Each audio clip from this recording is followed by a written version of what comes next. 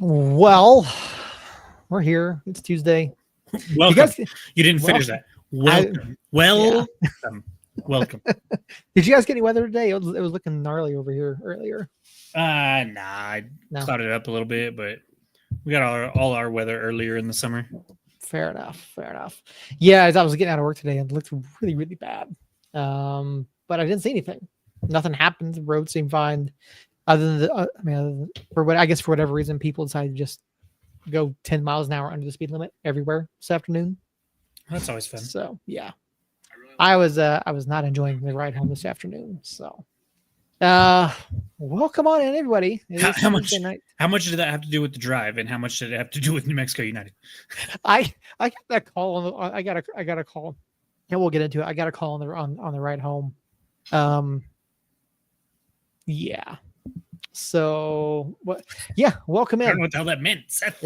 I'll explain here in just a minute. Oh, is it the radio call? Yeah, the radio call. Okay. So yeah, welcome in, everybody. It's Tuesday night. My name, of course, is Seth Bidoff. With me right now, Jacob Terrell. Over in chat, Jane, Justin, Josh, Harry already in the chat as well. Harry, we might have a surprise for you next week. So you got to be here. Harry, you have to be here next week. Okay. Perfect. Tom's in the chat as well. Guys, hope you're all having a fantastic Tuesday. Yeah, so let's I guess we'll start here.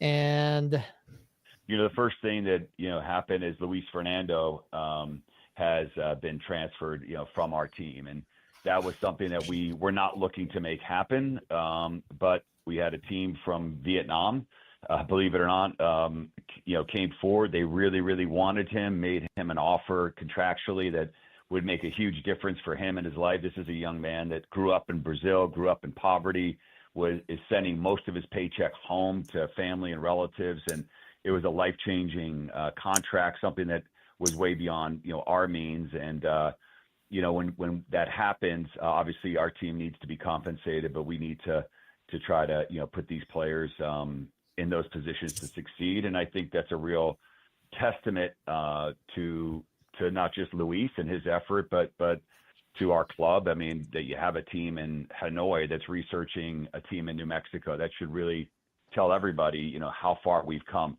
We talk about exporting New Mexico to the rest of the world, and I think that we've accomplished that. So that being said, Luis is one of our top players. The effort and what he brought in. So we need to, replace him, and also just bring in some players to compete, some depth pieces. It would be great if you can, bring in a superstar. It's not so easy to do that.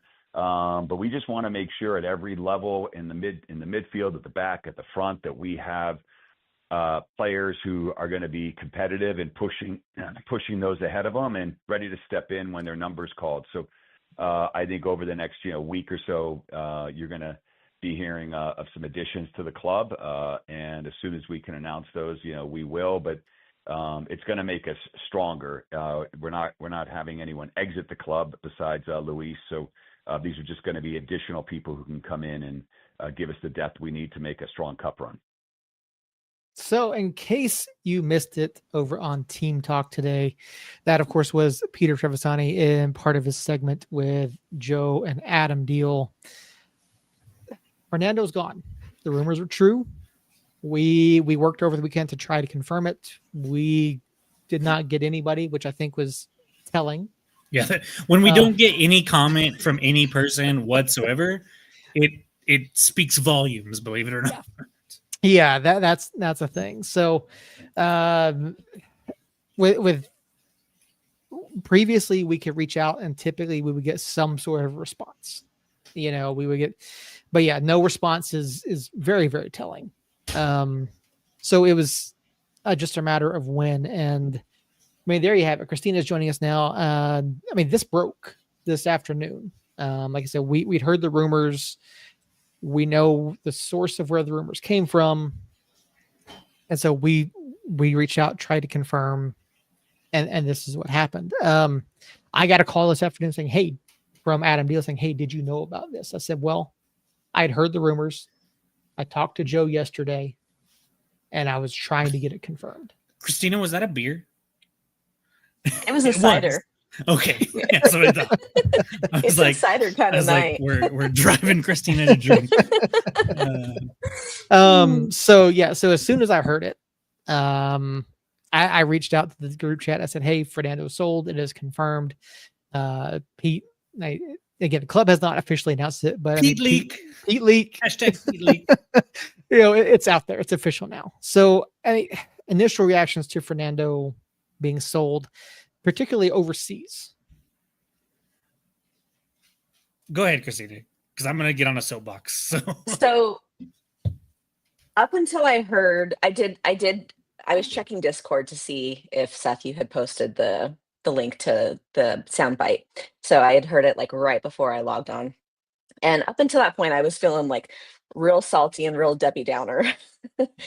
But hearing Pete talk, either I'm drinking the Kool-Aid that Pete is serving up, and I'm, it's PR and I'm like, okay, I'm lapping that all up, or it's genuine. And if it is, it makes me happy for Fernando. If it means something that's for the betterment of his family, his life, an offer that he couldn't turn down, that to me feels like a much different situation than other places that my mind were going, of feeling like, are you cracking open a beer too, Jacob? A cider. A cider.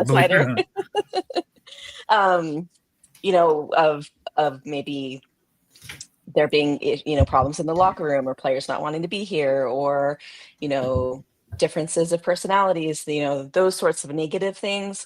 I much preferred the latter of really great offer, couldn't pass it up, didn't want to leave us, but couldn't say no.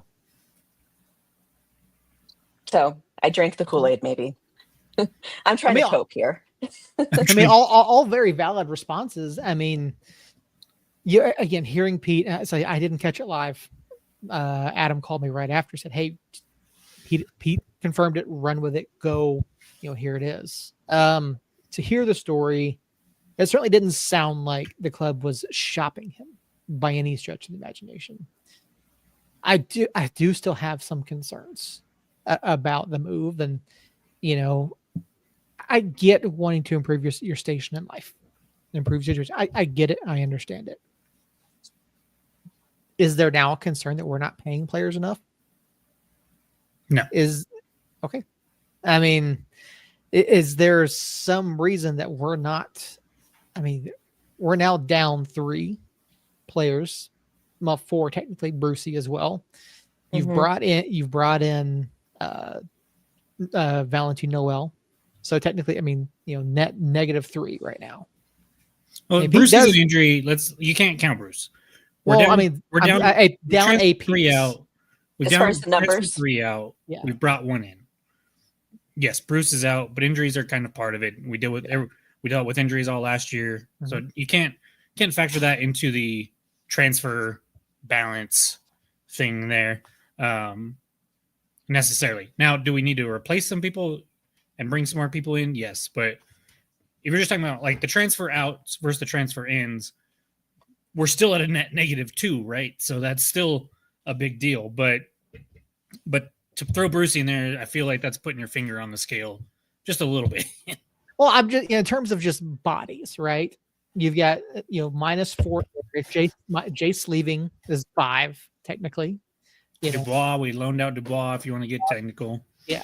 So, we haven't brought anybody in. So, and obviously Pete hinted at the club bringing in a couple of names over the next week and a half. So that's I see that as a positive. But is it taking too long to make it happen? And Jacob, I'll reach over here. I'll hand you your soapbox.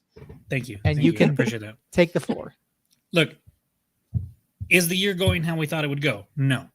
Are we in a bad slump? Yes. Some of the transfers don't make sense to us. We're on the outside, right? We're not in the locker room every day.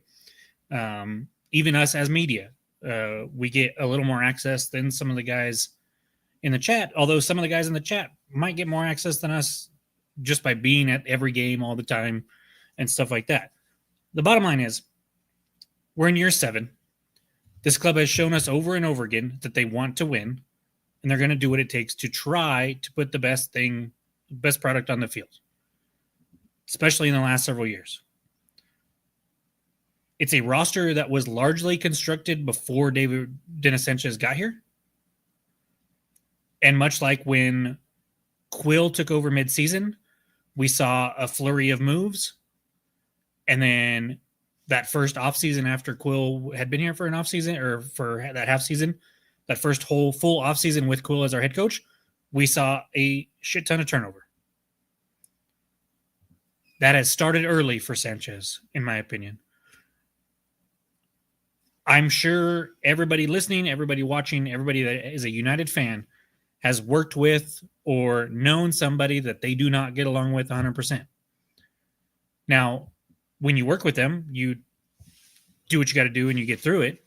But in this business of professional sports, when that happens, you can be moved. You can transfer to another team, just like you can transfer to another office if you work for a big company. And I think that's a little bit of what's going on here. Not necessarily with Fernando, but for Gaines and Herbert for sure. And you bring in somebody that you know you've worked well with in the past if you're Dennis Sanchez. And so we know from, like, if you go way back to the I'm going to forget his name. The worst kept secret. Radio Vuka. Yes. No. Vuka. Oh, yeah. No, that's one. right. It was him. Yeah. When, I was thinking break the internet, Brian Brown. No. But when the Ghanaian news outlet broke the Ovuka transfer, we still didn't hear about it for like 2 more weeks. Officially, anyways. Mm-hmm. And so you know that these moves take time. They take forever. And I can imagine, amen, brother, amen. I can imagine that when you have outgoing and incoming and you're trying to make sure the money's there and this and that and the other, it's not something that's going to be snap your fingers and it's all done. I'm not going to say that what's coming down the pipe is going to fix the issues on the field. I'm not sure. We'll get into those issues on the field here shortly, I'm sure. But as far as the moves going on, even before because all you said in the chat was that he said Fernando gone, right? Fernando was sold, period. That was all you said. You didn't mention the incoming, right? That he said that stuff about incoming. Well, at that point, I didn't have the audio. Right.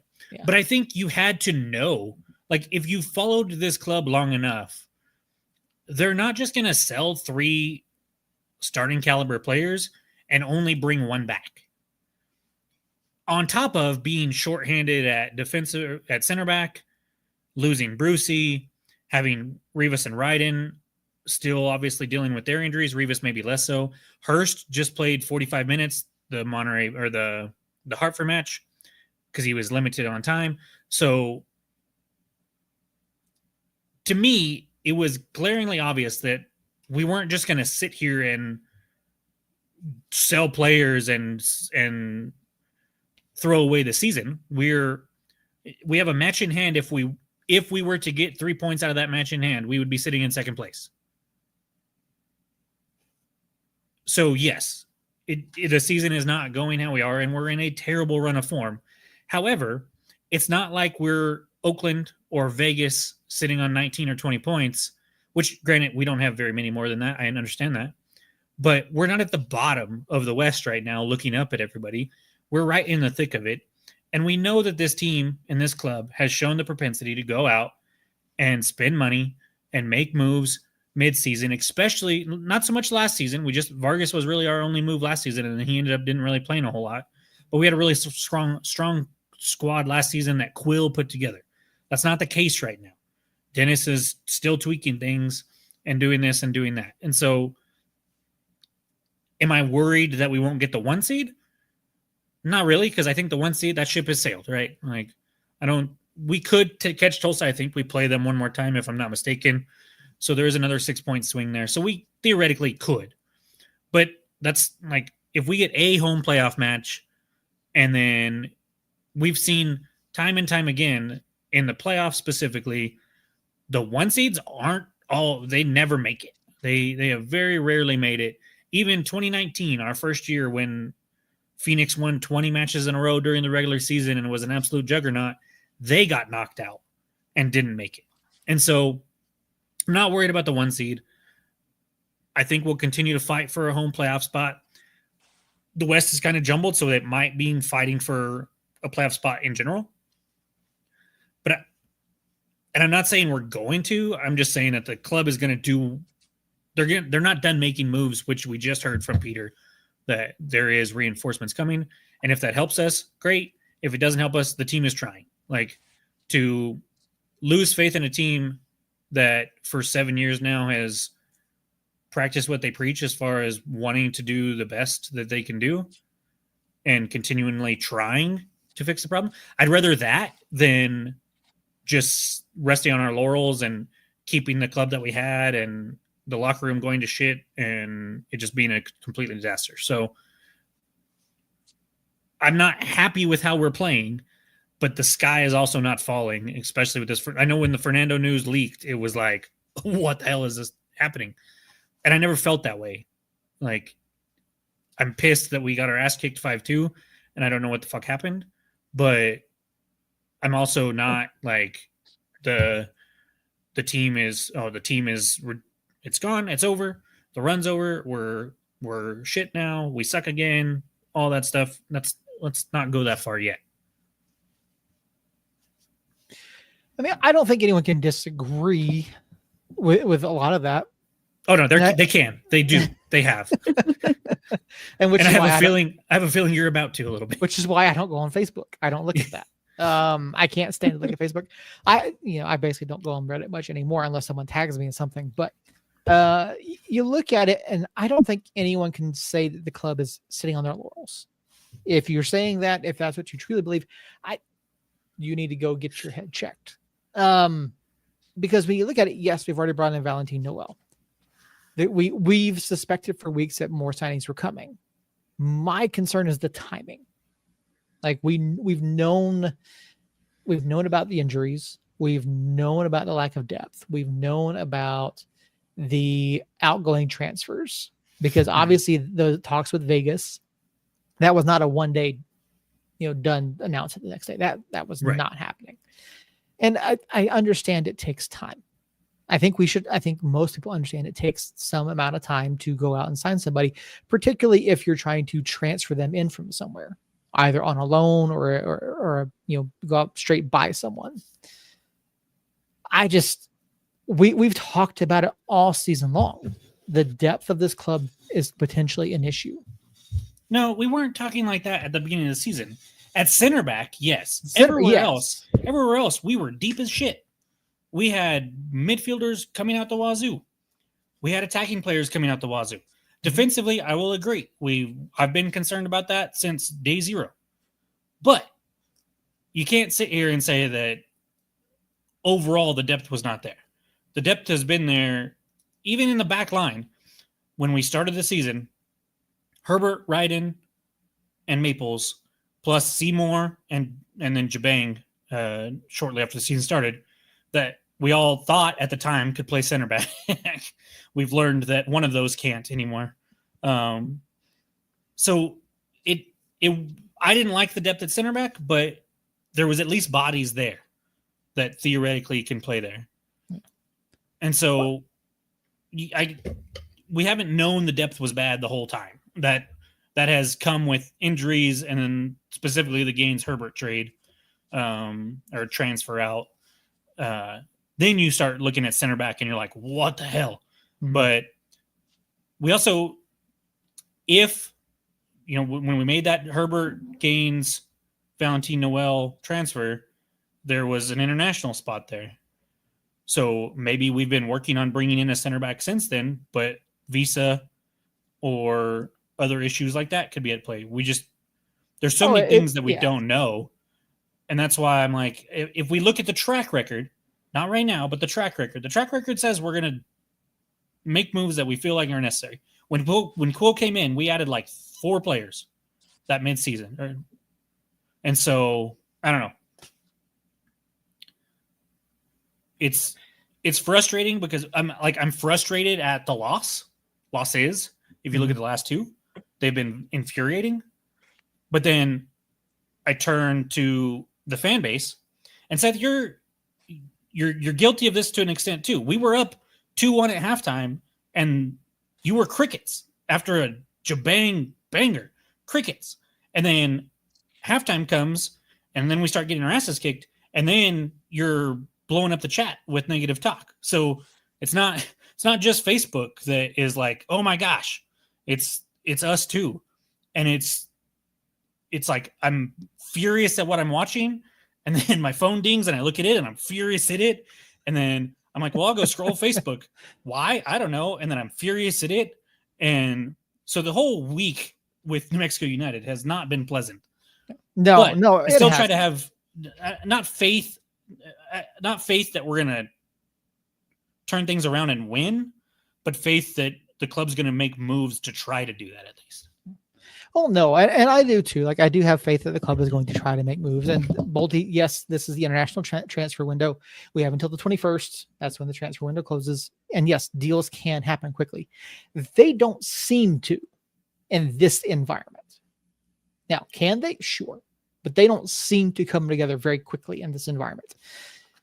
Looking at our roster now, and yes, at the beginning of the season, we have a whole bunch of kids. We have these academy kids. We have the main. We have the senior roster. We have all this. Without the academy kids, we have a roster of 19 players. Minus Daniel Bruce, we have a roster of 18 players. So even if you take the academy kids out of this and only look at senior roster players, our depth is our club is not very deep. Right. I'll agree with that now. Yeah. And yes, it got worse. And yes, with the injuries, and then, you've got Zico out on international duty, which again, great for Zico, but you've got Zico out multiple times. You've got Rivas out with injuries, Hurst out with injuries, Brucey, Dayon, all these, all these guys, Kalen out with injuries. Like you've got all these injuries. And so I think if you're not going to play the academy kids, if you're not going to build and give them the experience, you have to bring people in a little bit sooner. I think we should have made moves before this in order to help bolster this for a playoff push, particularly if we're still pushing for Jaeger Cup. If we were still pushing for Open Cup, like you need the depth for that. So I do think that we've missed an opportunity to get someone in a little bit sooner. Harry, dude, good luck with that. Yeah, hope surgery goes well, Harry. Hope it goes well. We'll be checking in with you. But yeah, I think there's opportunities that we could have taken prior to this, because now here we are, international transfer window is the 21st. But why do you think we haven't been trying? Well, I'm not saying I don't think we haven't. I'm not saying that I don't think we have. I'm not saying I think we haven't been trying. I think that maybe there was not as much urgency. And now we're at a point where, oh shit, we have all of this, so we have to get it done. I'm not saying that. I get that's what it seems like. I'm not sure that's the truth, though. I would have liked if they were going to transfer two players, just boom together back to back. I would have liked to have at the very least seen two players come in at the same time. I don't like this potential trickle in kind of scenario. Just the timing of it, on top of injuries, it feels like we're already hurting, and then I don't know. Losing Herbert and Gaines was a blow, and then now we're losing Fernando too. And Noel's been great. I really have enjoyed watching him. He's the one player who's shooting from the outside. He hasn't been worn down yet, so he's I love it. But I want to see. I guess I'd like to see just quicker movement, or anticipating and preparing a little bit sooner with getting those transfers back into our squad. Just because just because it doesn't happen right away doesn't mean there isn't urgency. IMO. Thank you, Andrew. I'm not saying that the club isn't acting right. I'm just saying like Christina says, you see two players go out. You would like to see, two players come in. Now you've got three out, and potentially some announcements coming in the next week and a half. So again, you're running into a point where we've been dealing with injuries all season long. And then when Brucey goes down for the season long injury, you have Kalen going out for extended period of time. I think you need to make a move sooner. Do you guys know the rules? Like, is it possible that there's already some players already training with the team? They just 100%. can't make the announcement. It's That possible. would hopefully And that's the scenario. Not only is Hopefully it possible, they're- I would bet a significant amount of money that at least one or two extra players is training with us already. Because we saw it even with Among. Mm-hmm. We saw it with Among to begin the season. Yeah. So hopefully that's the scenario, that they're getting to know the squad. They're getting to, get their elevation conditioning going. Hopefully that's the situation, and it's more just backroom paperwork kind of stuff. That's the holdup. Josh has a good point too. The main communication guys left, and our new communication person is also getting to know New Mexico and the squad and the club. So as far as that goes, so David, I'm assuming you're referring to David. David, we see Carl's position and his responsibilities were split up into 3 different roles with the club.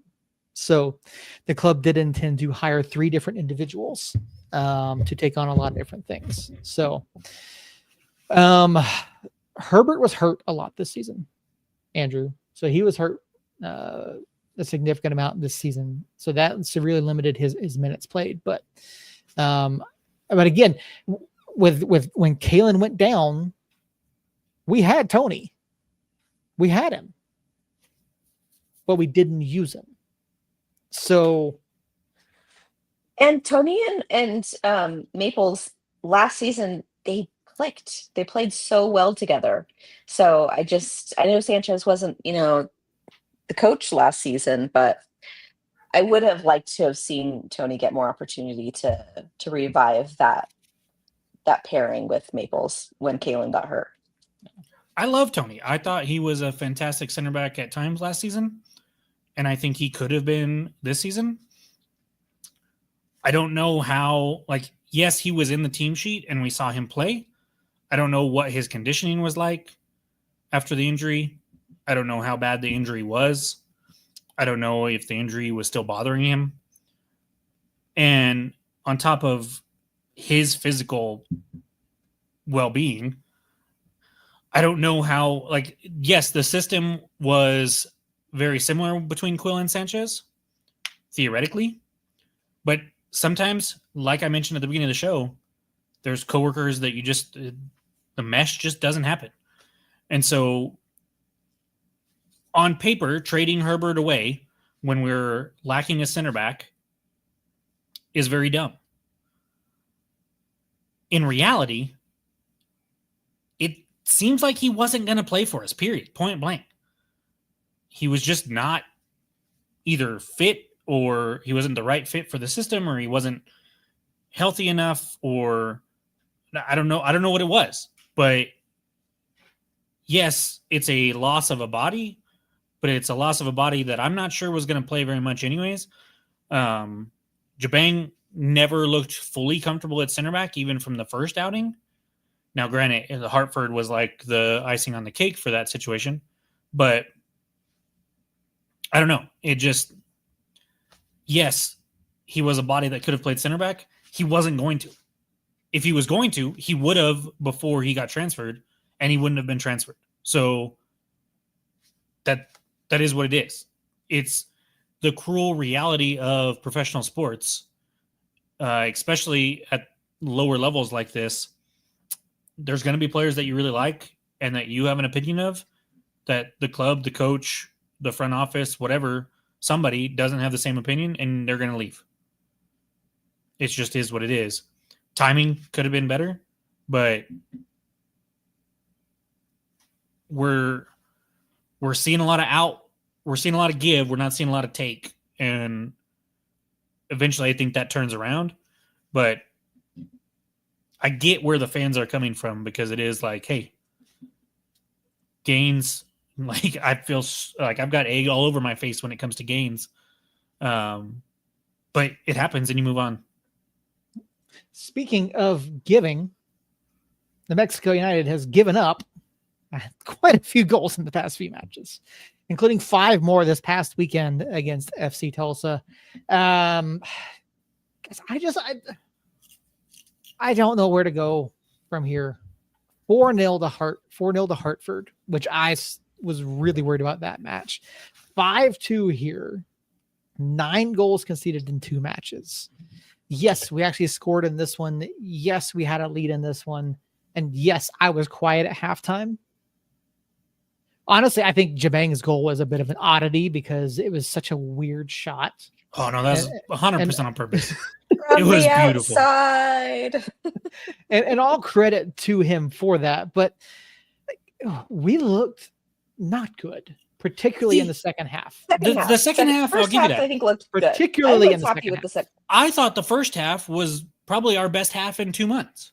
Yeah, I agree. It was without a I doubt. thought, okay, here we go. This isn't so bad. All right, and then boom. No, the first half was by far better. By far, it was hands down better than what we saw against Hartford last week. It was better than what we saw against San Antonio. Although, to be fair, I thought we did decent in the first half of the San Antonio match. But and yes, here we actually looked like we were doing something. We looked to have intent with what we were doing. You've got Jabang back in the midfield, which is where he should be. Mm-hmm. He looked pretty good in this match. You've got Hursty back playing. I think Hursty played 60 minutes, 65 minutes in this one. So Like that, yeah. glad to see Hurst get some minutes. He seems to be right on the cusp of being fully fit. And just the effort here by him to get this equalizer. But a lot of this becomes undone by the poor performance of one Gideon Zalalem. Poor defending in the second half. Really poor defending in the second half.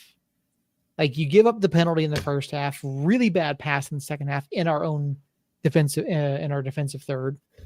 Like, why can't we get this right? What has been so bad for the past month that we cannot seem to get right? Hurst actually played 75 minutes. 75, So that's nice. okay. I feel like it's our style of play we just, possession.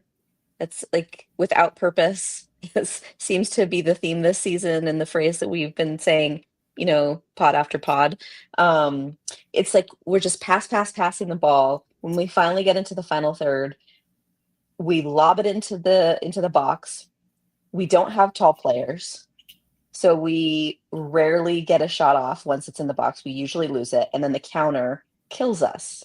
And it's like play after play, that's what's happening. Yeah, Hartford gently did that last week. Hartford beat us on the counter, more than a few times. Tulsa was beating us on the counter. I mean, you watch Tulsa in this match, like they were putting all 11 behind the ball, which we don't deal well with. And Sanchez has made apparently 0 adjustments. That's not true, Seth. We have seen adjustments, especially when they were really packing it deep on us earlier in the season. In my opinion, what happened here and Hartford were 2 guys having 2 really bad nights and the team just falling apart because of that. It's not an excuse. That's what happened. You see it here. That was Zalalem's pass that just got, like, I don't even know what the hell he was thinking. I don't know what he was doing. Same thing with Jabang against Hartford. A bad pass led directly to a goal. This one, there was some help coming back, but this one, our style of play didn't hurt us or didn't help us, because you see Gloucester right there. He was way up, and he's also jogging, which that's another conversation for another day. But when we have that possession and we turn it over in a bad spot, everybody's screwed because everybody's out of position. Seth, in the group chat, you blamed Zelalem for this one quite a bit too. I'm not 100% sure what he was doing that deep to begin with, but I do think he closed out well. Dude just finished. No, it was a phenomenal finish. Like it really was. But yeah, if you back it up and just watch, he said, watch where Zelalem is on this play. That one, I don't think that's a player issue. I think that's where he was supposed to be. I'm just not sure why he was supposed to be there. Let's see. Look at right here. Look where Zelalem. Look at all this space. There's no reason for Gideon to be here. Who else is back there? Where? You've got Gloucester. Jabang. Okay, there's Jabang. Yeah. So I think what happened is Jabang and Zelalem are kind of the double pivot. Jabang usually plays a little more forward than Zelalem when the three of them are on the pitch. And then you got Bailey right here on the ball. I'm not sure why. I think Jabang might be the one that's out of position here. And I think it may be because I believe that's Lindsay right there, basically standing on the penalty spot with another. No, that's Seymour right and Maples. Listen, who is this? That's Lindsay, right? No, that can't be Lindsay.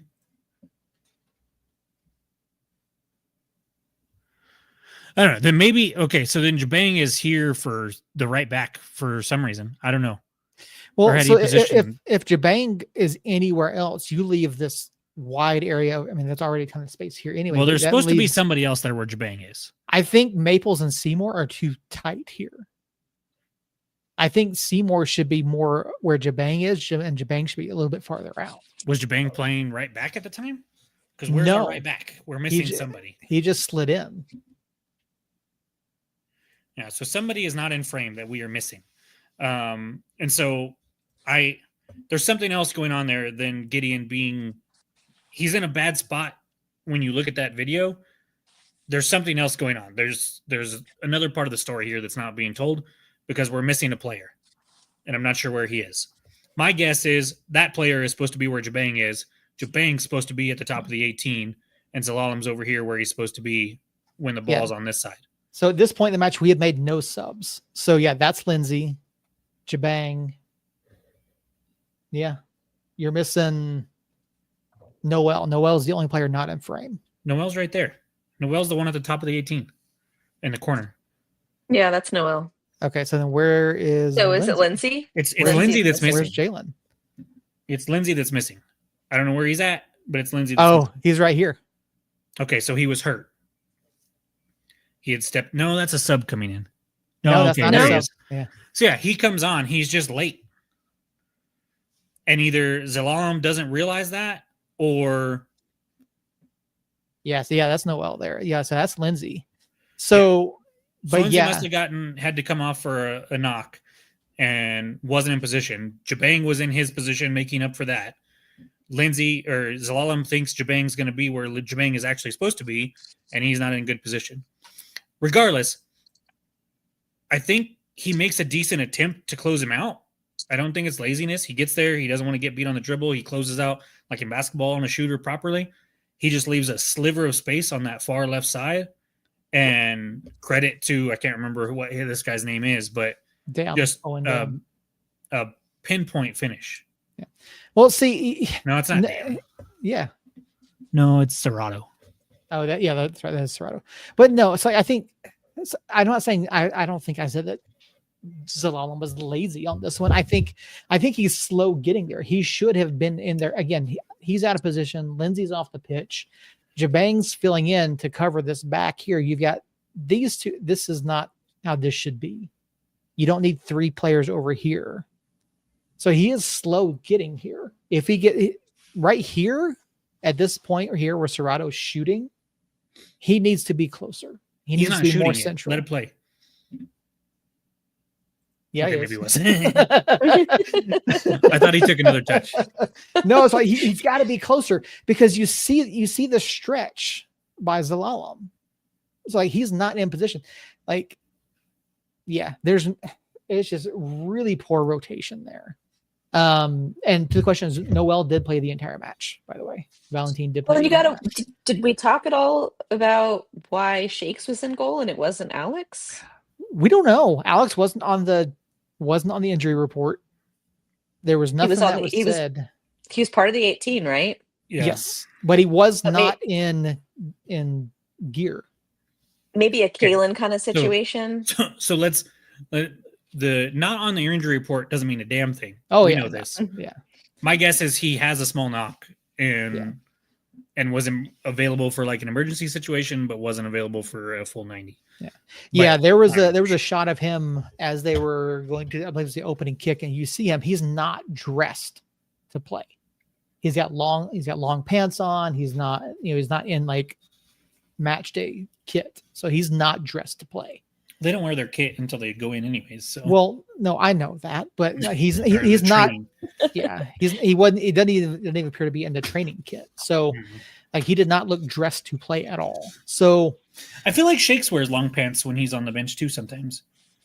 maybe, But I could be wrong. I don't know. I don't pay enough. I can't really see. I think a small injury, maybe a big injury. Who knows? The injury report doesn't mean much until they're like season ending, like Bruce. Yeah. But either way, it's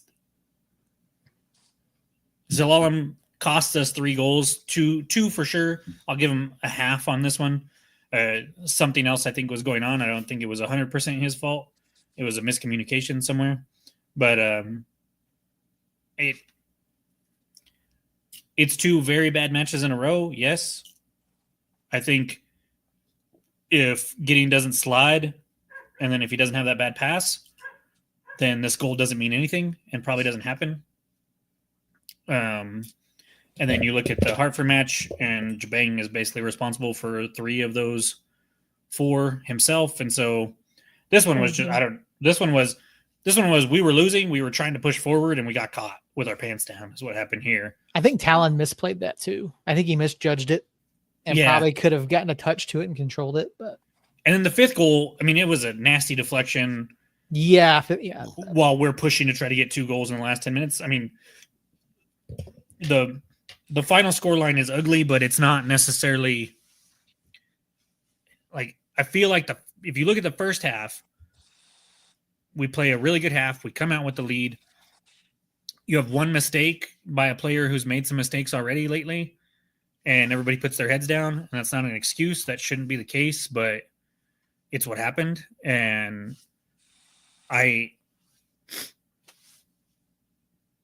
two things. One, I've come around on Tulsa. I had already been coming around on them, but you know who they remind me of? Not necessarily in style, but of just like grit and tenacity is us last year.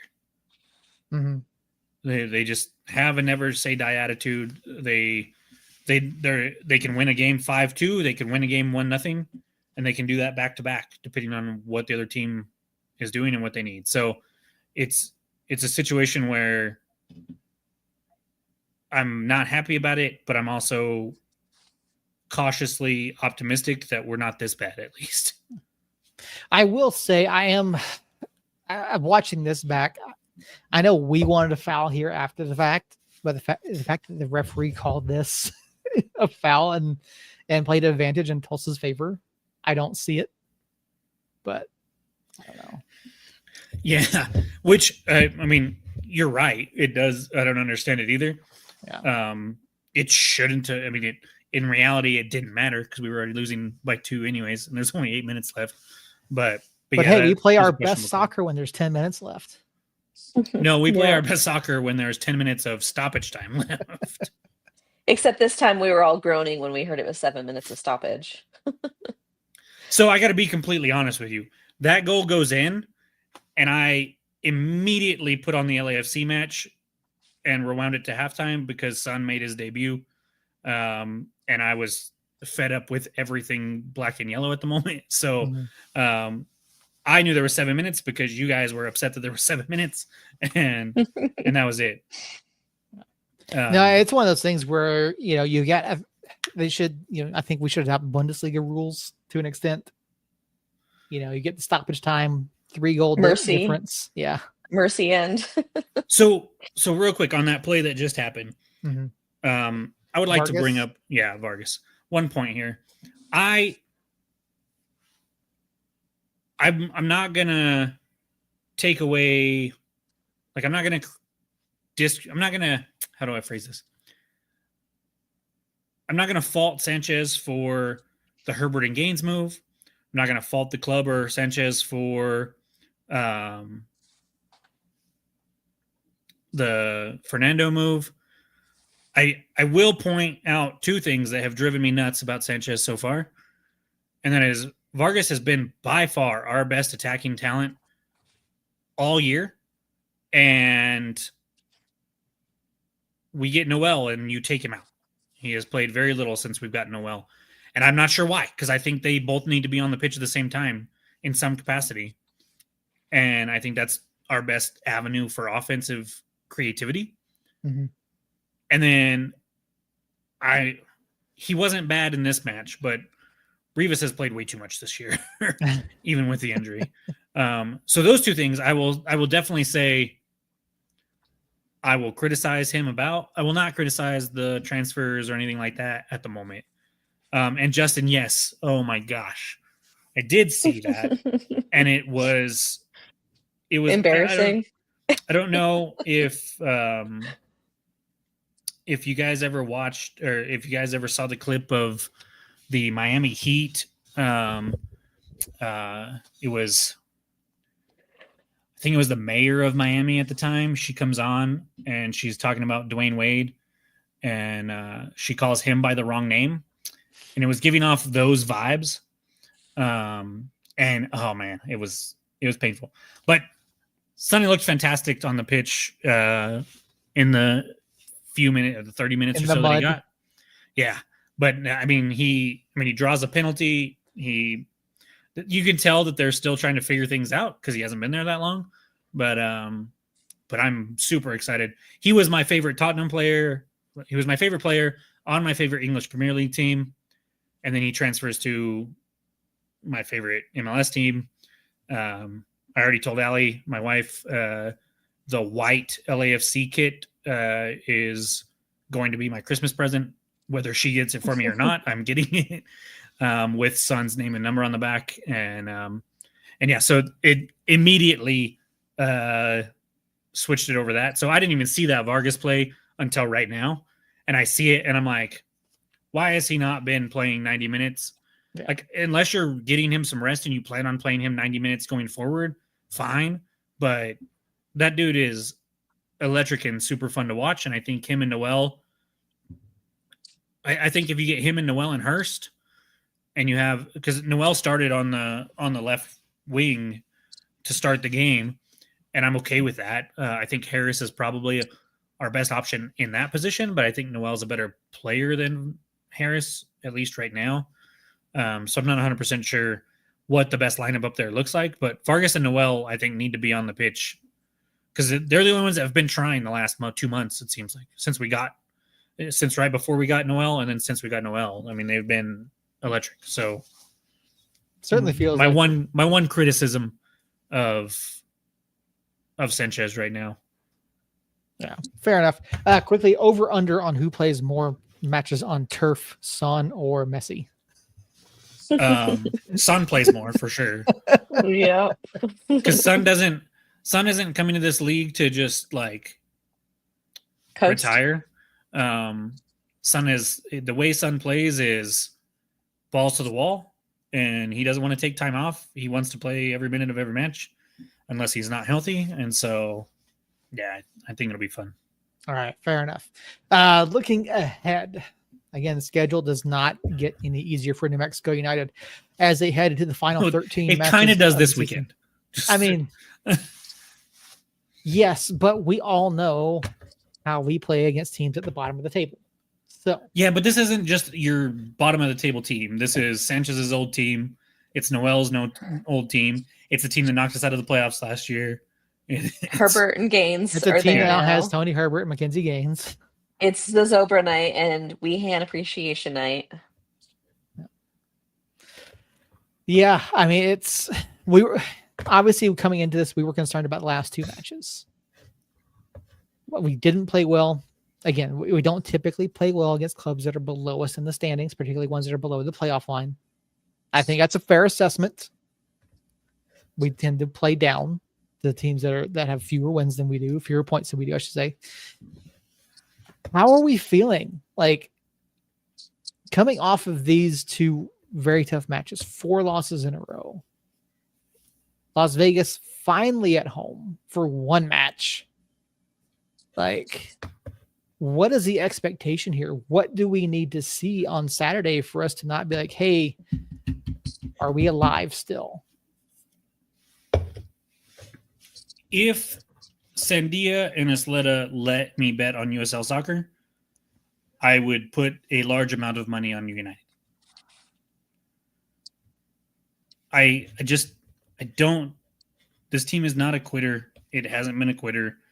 They realize I don't think 66 does either, because I've asked around and I just can't find anywhere to do it. And 66 is way farther than the other two for me. This team is too talented, even being a little shorthanded, to shit the bed at home against this Vegas team, I think. And what I'll put it this way: I'd put a lot of money down on them. If they lose, then I will put a lot of money against them the rest of the season, because I think it's a do or die kind of match. And so that if we don't come out and at least look better, now we've looked really good and haven't gotten a result in the past. I have to imagine this is not one of those matches where you look at the table and go, oh, well, Vegas is at the bottom, especially when you look at the table. And yes, Vegas is at the bottom, a mere 6 points below us. So they're at the bottom, but they're not at the bottom by much. And so if we come in and look like shit, it's because we just aren't as good as we thought. And it's not because we're overlooking them, in my opinion. And I think we're better than that. And so I would be shocked if we don't get a victory.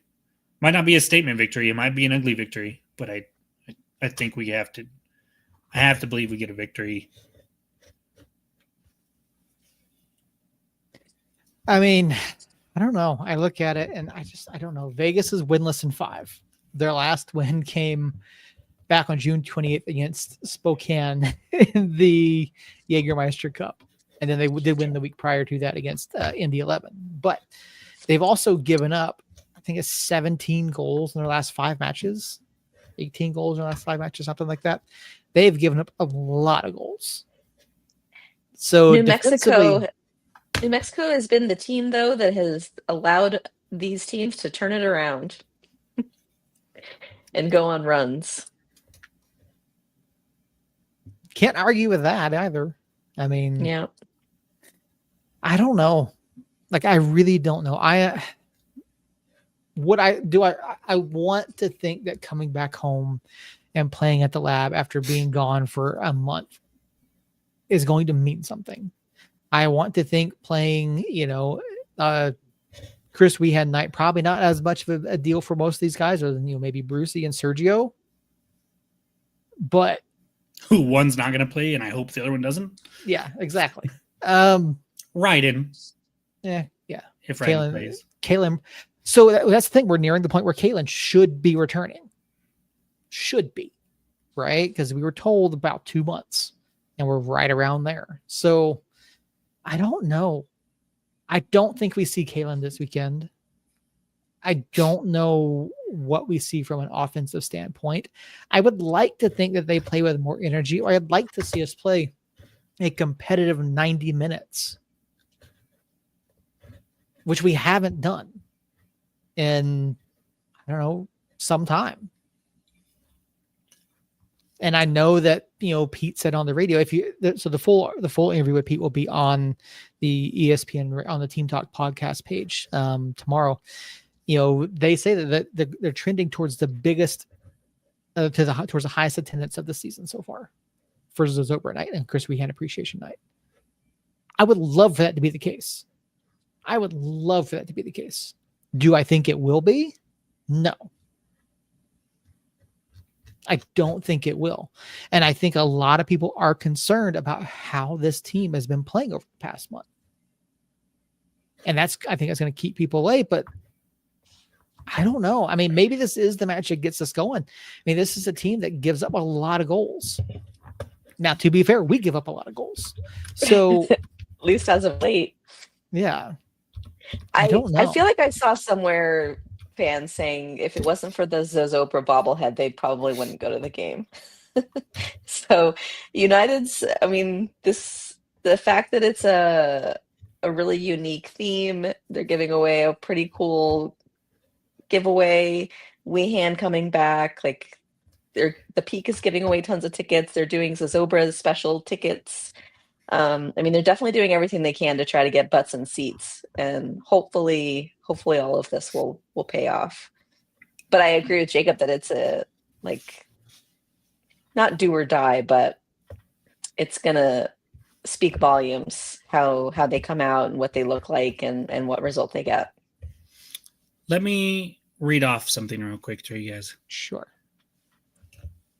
1-0 win, 3-1 loss, 1-2 loss, 6-0 loss, 1-2 loss, 1-1 draw, 2-2 draw, 1-0 win, 0-0 draw, 3-1 win. Sorry, a 1-0 loss, a 0-0 draw, a 3-1 win, a 1-1 draw, a 3-3 draw, a 1-1 draw, a 2-0 draw, or 2-0 win. Sorry. That was the April, May, and June for Las Vegas Lights last year. That is 3 wins in a 3-month span, alongside a handful of losses and a handful of draws. Run of form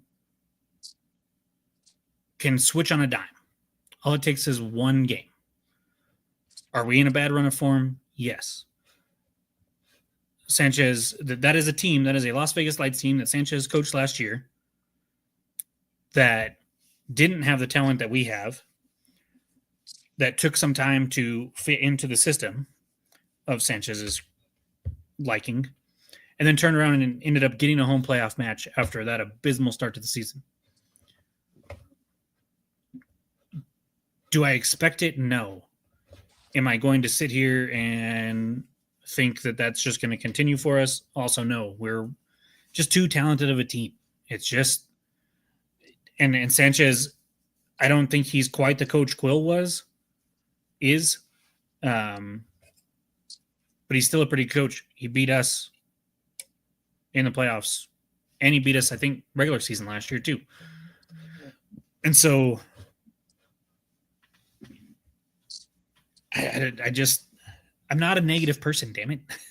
And so when people are negative, it drives me nuts, unless it's like valid. And this is coming from a person who sees and deals with dumb shit all the time in their profession, and yet still got to stay positive and relax a little bit. And so when the season is over and we miss the playoffs, I'll throw a fit for a couple weeks, and then I'll continue to be optimistic about next season. Well, I mean, coming into it, Vegas is going to know how Sanchez wants to play. And obviously, Are they though? Like, it's this old club, but it's not a staff that he had. It's not a lot of the players that he had. It's some, but not a lot. Some, we yes. Played them, and now we played them already this season, and we kicked their ass. Despite the score being 3-2, I was at that game in person in Vegas, and we dominated that game. That was the Vargas 90-plus minute yes. Olympico, right? Yes, it was. So despite the dramatics, it was still a game that overwhelmingly was dominated by us. And that was when he had more players that were on his team last year, like Valentin Noel and others. Valentin Noel was the first of a slurry of moves that Las Vegas made transferring people out, including people from last year. So I don't think that there's gonna be a handful of players that are like, oh man, we got to get this at Sanchez, blah blah blah. But overall, I don't think it's an advantage for them whatsoever. Okay, fair enough. I mean, I just bring it up, like, former club, you got former players over there now, guys who are familiar with what he's wanting to do, and we've already seen it's not hard to defend against this club. Particularly if we give up a goal early and get behind, because we can't open up a match against anybody. If we score first, then yeah, it starts to. But our record when we give up a goal first is pretty abysmal, right? Yeah, this year it's not great. Yeah. I'm nervous for Saturday, but I'm excited for the Zozobra. I want one of those shirts. I want a bobblehead. I love that they're doing that. I think it's gonna really say a lot for where the squad's mentality is, how they look when they come out. Like, are they gonna come out fighting and playing like the New Mexico underdogs, Kings of Chaos, kind of heart attack kids, all those phrases that we've heard all, across the years. I feel like we talked a lot at the beginning of the season about really loving to see just the cohesion of the squad and the way that they would like celebrate goals. And they just seem to really be clicking. And it seemed to be like a really positive locker room. I feel like I'm watching really closely the last few games to see what that's looking like again. I wonder what the locker room environment is like. So I don't know. I feel like there's a lot playing on this weekend's game. yeah, I don't disagree with that. I mean, obviously, winning makes things better, right? When you're in good run of form, when you're doing well, things are gonna be better. When if you're in a streak like this where just nothing seems to be going right, whether it's injuries or surrendering leads, and particularly in the way that we've done it, I think there's bound to be some discord within that locker room. But that's where you have to have leaders, guys like Kalen, even if he's injured, stepping up and has to be saying something. Maples needs to be saying something. Alex needs to be saying something. Those are the vocal leaders on this club, and they need to rein in the whatever's going on, if there is anything, and refocus this club on getting back on the right track. And I know we've said it before. I know the club was really big about showing the speeches from Quill last year. Mm-hmm. And I have this feeling that is not the same tenor that's being taken with Coach Sanchez.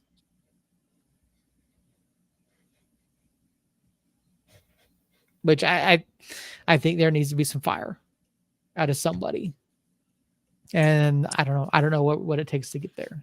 So, all right. Yeah, we haven't seen any of those Kool-Aid man running through the walls kind of memes this season from locker room talks. Yeah, that is true. Oh, all right. Well, score predictions for Saturday. I will say that they were also filming a documentary last year, and so they probably had a shit ton more content to use and put out than they might this year. Just saying. I did not say fire Sanchez. I did not say that. Careful, Josh. You're going to get into the Space Kid zone of being blocked, because that's where he's really been. No, I'm just kidding. He hasn't been blocked. But Really? No idea.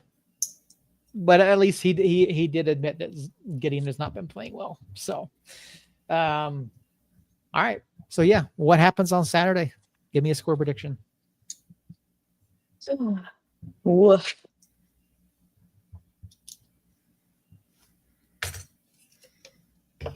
I think it's going to be a battle. I think there's going to be a lot of Vegas cramping and laying on the ground, and usually the ref is really challenging at the lab. um, but I don't know. I've been holding out for a home match at the lab for Alex to get the record, the clean sheet. Hopefully with all of these ticket giveaways and the promos and everything, it's going to be a packed lab. So I'm going to give the really boring guess of 1-0. 1-0. Okay, fair enough. Clean sheet record for Alex. He's going to be well. It's going to be great. They're going to click. They're going to shoot from the outside. I'm going to have a great time.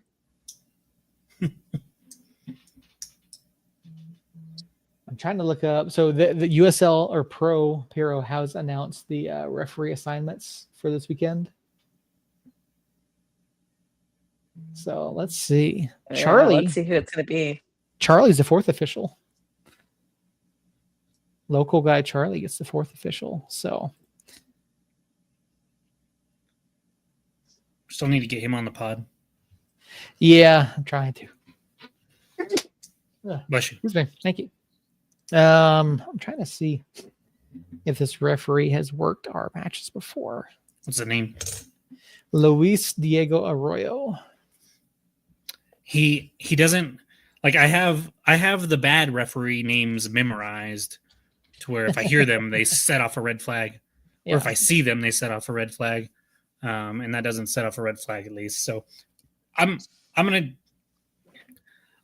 be stupid and irresponsible and say 3-0 United. I just have to believe that there's like some fight there somewhere.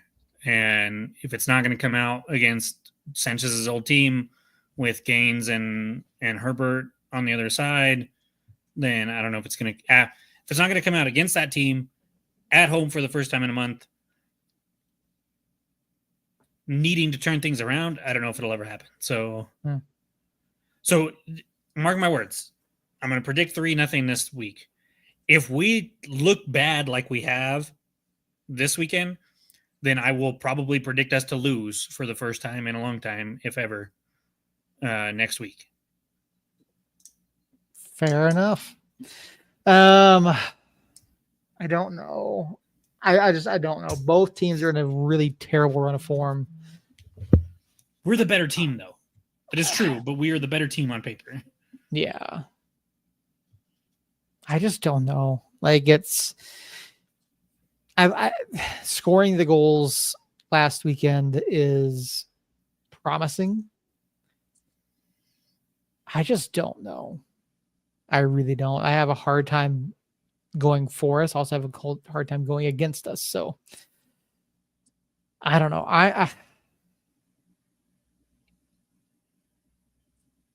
I'm gonna say 2-1 us. Oh, he actually predicted a win. I did. Yeah. I'm not a fan of it, but I do have faith in this team. We do have the talent. We have the ability to do it. We just have to put it all together. Here's what I think is going to happen. Andrew with the deeps. How many yellow cards, Andrew?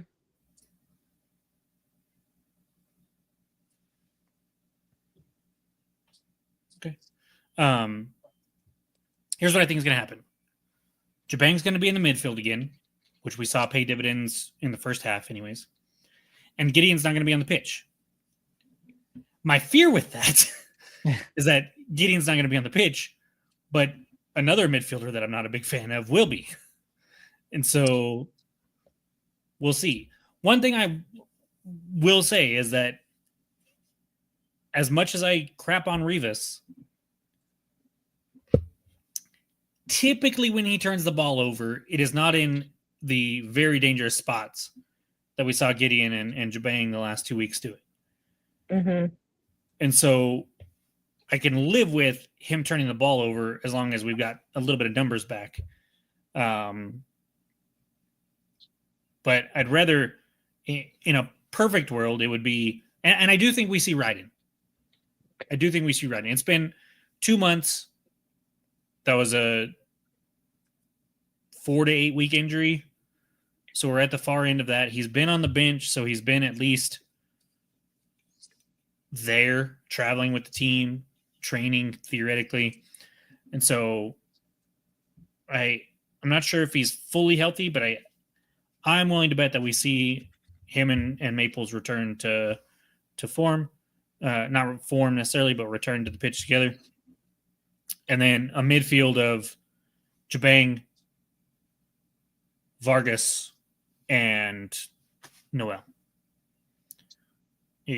That's what I want to see. I don't know if the Vargas one and the Noel one, we might see Noel on the left because I'm not sure Harris is fully enough healthy to really give us 90 minutes. So it might be Valentin on the left, Vargas as the 10, Hurst as the 9, Akale as the over there on the right, and then Jabang and somebody back there in the midfield. Hopefully Bailey is who I would like it to be. I don't know if Bailey's supposed to be there or not, but that would be what I want to see. And I can't imagine if Coach flat out said Gideon's not playing well, sorry, that was Space Kid that said that.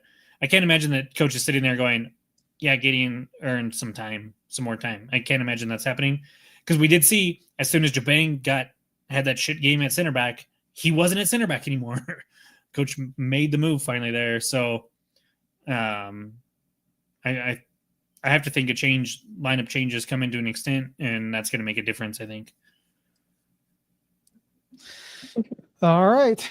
Well, any closing thoughts?